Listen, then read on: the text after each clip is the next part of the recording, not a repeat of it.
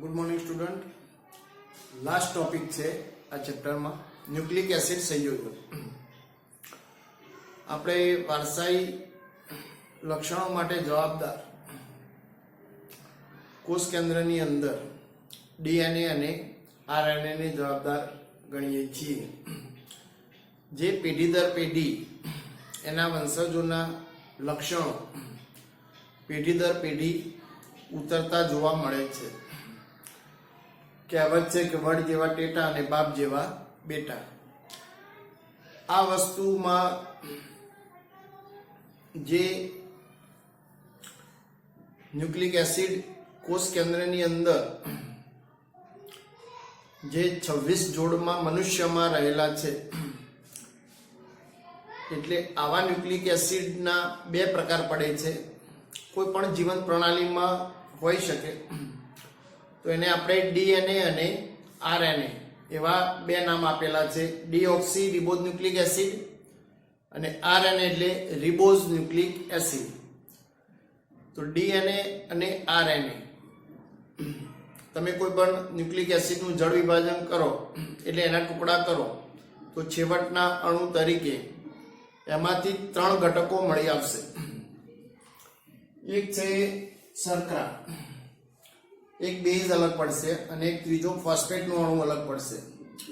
ટૂંકમાં ડીએનએ અને આરએનએ એક પ્રોટીન અને બીજા અન્ય જૈવિક અણુઓથી બનેલો એક ભાગ છે।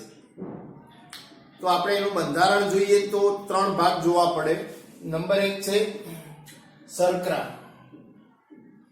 તો શર્કરામાં આરએનએ હોય એમાં રિબોઝ बीटा એટલે ઉપર હોય છે, ડી એટલે ડી વિન્યાસ છે, કેપિટલ ડી વિન્યાસ છે અને રિબોઝ શર્કરા તરીકે ઓળખીએ છીએ આપણે। પણ આમાં ઓક્સિજન છે એટલે રિબોઝ શર્કરા તરીકે ઓળખવામાં આવે। આમાં ઓક્સિજન ગાયબ છે તો ડીઓક્સી રિબોઝ શર્કરા તરીકે ઓળખવામાં આવે। તો આ ડીએનએ માં હશે, બાકી કોઈ ફેરફાર છે નહીં। 1 2 3 4 અને એક આ 5મો કાર્બન છે, એક ઓક્સિજન છે। બીજું આવે બેઝ। બીજો ભાગ બેઝ નો બનેલો છે। એમાં કેટલા બેઝ દ્વિચક્રીય પ્રણાલી છે અને ઘણા એક ચક્રીય છે। તો દ્વિચક્રીયમાં એડેનિન અને ગ્વાનિન આવે, એ અને જી। અને દ્વિચક્રીયમાં एक चक्रीय में थायमिन, साइटोसिन અને યુરેસિન। शॉर्ट में थायमिन ने टी तरीके, साइटोसिन ने सी तरीके અને યુરેસિન ने यू तरीके ઓળખવામાં આવે। હવે જો ડીએનએ હોય તો આ 4 એ હશે, એની સાથે ટી હશે અને જીની સાથે સી હશે। આ બે દ્વિબંધી જોડાયેલું છે, આ 3 દ્વિબંધી જોડાયેલું છે।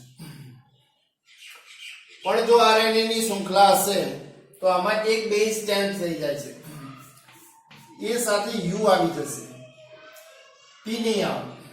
જી સાથે તો સી છે એટલે 3 બેઝ કોમન જ છે। તો આરએનએ માં એ યુ જી સી અને આમાં એ ટી એટલે ટી અને યુ માં ફેરફાર છે। એટલે આ રીતે બેઝ જોડાયેલા હોય છે। અને ત્રીજો છે ફોસ્ફેટ PO4 ખુલ્લું કરીને બતાવ્યું છે, P double bond O 3 O single bond થી છે। હવે જો જોડાણ કરીએ તો રિબોઝ શર્કરા જે છે એમાં બેઝ લાગી જાય, કોઈ એક બેઝ લાગે તો એને ન્યુક્લિયોસાઇડ કહેવાય। શબ્દ યાદ રાખજો, ન્યુક્લિયોસાઇડ। અને આ બાજુ OH ની જગ્યાએ ફોસ્ફેટ અણુ જોઈન થાય એટલે આમાં 3 3 આવી ગયા। બેઝ બી છે, શર્કરા બી છે અને ફોસ્ફેટ બી અણુ છે। આ 3 નું જોડાણ થાય એટલે ન્યુક્લિયોટાઇડ બોલાય। શું બોલાય? ન્યુક્લિયોટાઇડ। હવે આવો ન્યુક્લિયોટાઇડ નો એક અણુ એક બીજા નીચે આના નીચે જોઈન થાય तो डायफॉस्फोएस्टर બંધથી જોઈન થાય એટલે શર્કરાના 5મા કાર્બન સાથે અને નીચે 3જા કાર્બન સાથે એકબીજા સાથે જોડાણ થઈને આગળ એવી શૃંખલા બનતી જાય. તો ફાઇનલી આ રીતે બને. શર્કરા સાથે કોણ જોઈન છે? બેઝ. અને શર્કરા સાથે ફોસ્ફેટ જોઈન છે.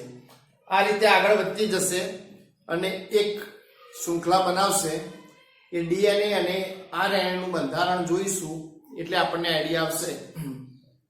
ટૂંકમાં ન્યુક્લિક એસિડની થિયરી પૂછે પરીક્ષા માટે મોસ્ટ એમપી કહી શકાય, કારણ કે આ ચેપ્ટરમાં સારી થિયરી ગ્લુકોઝનું બંધારણ છે અને બીજી છે ન્યુક્લિક એસિડનું બંધારણ. તો આ 3 ભાગની ચર્ચા કરવાની છે. શર્કરા બેઝ સાથે જોડાય તો ન્યુક્લિયોસાઇડ અને એમાં ફોસ્ફેટ જોઈન થાય તો ન્યુક્લિયોટાઇડ. આવી રીતે ન્યુક્લિયોટાઇડ એ 3જા અને 5મા કાર્બન સાથે આગળ એમ ફોસ્ફેટ દ્વારા જોઈન થતું જશે અને આ એક આખી અમળાયેલા હોય દોરીનો કાઠીનો દોરડો, એ રીતે ગોળાકારમાં ફરતી સીડી ટાઈપના ક્રમમાં ગોઠવાય છે. અમળાયેલા દોરડા જેવો એક વક્રથી આગળ વધતું જાય અને આપણે ડીએનએ અથવા આરએનએની શૃંખલા તરીકે લઈએ છીએ. બીજું એક ખાસ યાદ રાખવાનું છે કે આમાં એમસીક્યુ પૂછાય છે. તો એમસીક્યુ માં ડીએનએ માં કયા આવે? એ, ટી, જી અને સી. આમાં દ્વિચક્રીય બેઝ કયા છે? તો એ અને જી. એક ચક્રીય કયા છે? ટી, સી અને યુ. જી સાથે હંમેશા સી સાઇટોસિન જ જોડાય, યાદ રાખવાનું. એ સાથે ડીએનએ હોય તો થાયમિન જ જોડાય અને આરએનએ હોય તો યુરેસિલ જ જોડાય. આ રીતના ગુજકેટમાં ને બધામાં એમસીક્યુ પૂછાઈ ગયેલા છે એટલે આ વસ્તુ યાદ રાખવાની થશે એમસીક્યુ માટે. પણ થિયરી પૂછે તો આટલું લખવાનું છે, બેઝની આકૃતિ દોરવાની નથી. આ બેઝ છે એની આકૃતિઓ બુકમાં આપેલી છે પણ એ દોરવાની આવે નહીં. આ 2 આકૃતિ દોરવી પડે. પછી ન્યુક્લિયોસાઇડનું નિર્માણ બતાવવું પડે અને ન્યુક્લિયોટાઇડનું નિર્માણ તમારે બતાવવું પડે. હવે ડીએનએની દ્વિસર્પિલાકાર બંધારણ આપણે જોઈએ.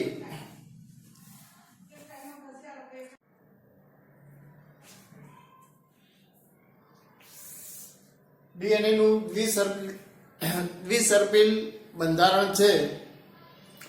કોઈ બી કોષ હોય, સેલ, એમાં કોષ કેન્દ્ર હશે અને કોષ કેન્દ્રની અંદર કોષ કેન્દ્રિકાઓ હોય. એટલે આ રીતે રંગસૂત્ર હોય. હવે રંગસૂત્રની અંદર જનીન હોય અને જનીન જે વસ્તુ છે એ આવી રીતે ડીએનએ કે આરએનએ નો બનેલો હોય. તો 1953માં જેડી વોટસન અને એચસી ક્રિક દ્વારા ક્ષકિરણ વિવર્તનની મદદથી આનું બંધારણ કેવું છે શોધી કાઢેલું. એને નોબેલ પારિતોષિક બી મળેલું છે આ કામ બદલ. પરંતુ જ્યારે કોષનું અર્ધીકરણ થાય એ વખતે અડધા કોષ પિતૃ પેઢી તરફથી આવનાર બાળકમાં માતા પિતામાંથી 50% એ અર્ધીકરણ દ્વારા એ ન્યુક્લિક એસિડ નું આગળ એના સંતાનમાં ટ્રાન્સફર થાય છે. એટલે એના માતા પિતાના જે લક્ષણો છે એ એના સંતતિમાં જોવા મળતા હોય છે. તો એના આધારે આપણે વારસાઈ લક્ષણ માટે બી જવાબદાર આ વસ્તુને ગણીએ છીએ. તો આમાં ન્યુક્લિયોટાઇડ, હાલ વાત કરી એ પ્રમાણે ન્યુક્લિયોટાઇડની આ રીતે ગોળાકાર સીડી હોય, એ રીતે ગોળાકાર સીડી રીતે અમળાયેલી આખી એક શૃંખલા તમને જોવા મળશે. એમાં ગ્વાનિન છે, જી સાથે સી સાઇટોસિન જ જોડાશે પણ તેમાં 3 હાઇડ્રોજન બંધથી જોડાય છે. જ્યારે એડેનિન જે છે એ થાઇમિન સાથે 2 હાઇડ્રોજન બંધથી જોડાય છે. આ રીતે ક્રમશઃ કોડવર્ક નક્કી થાય. એ કોડવર્કિંગને આધારે એના વારસાઈ લક્ષણોમાં એ ગુણધર્મ ઉતરતો હોય છે.